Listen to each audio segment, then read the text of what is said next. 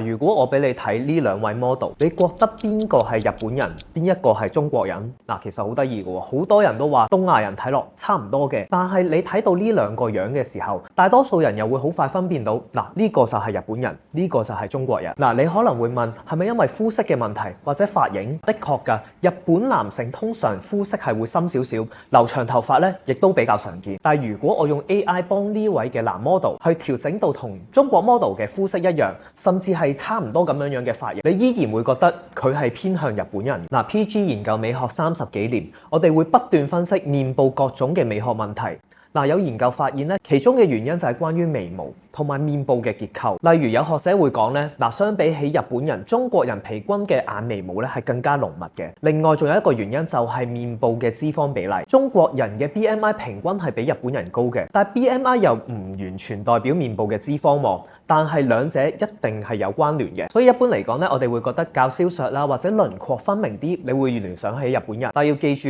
呢啲只係平均差異嚟嘅啫，實際上有好多個別差異比較大嘅面孔，我哋就算用機器去學習判斷東亞人嘅國籍啦，準確率其實都係大約75% 左右。follow 我哋一齊用科學嘅角度分析美學嘅問題，PG 會再用真正有效頂尖嘅科技去研發產品嘅。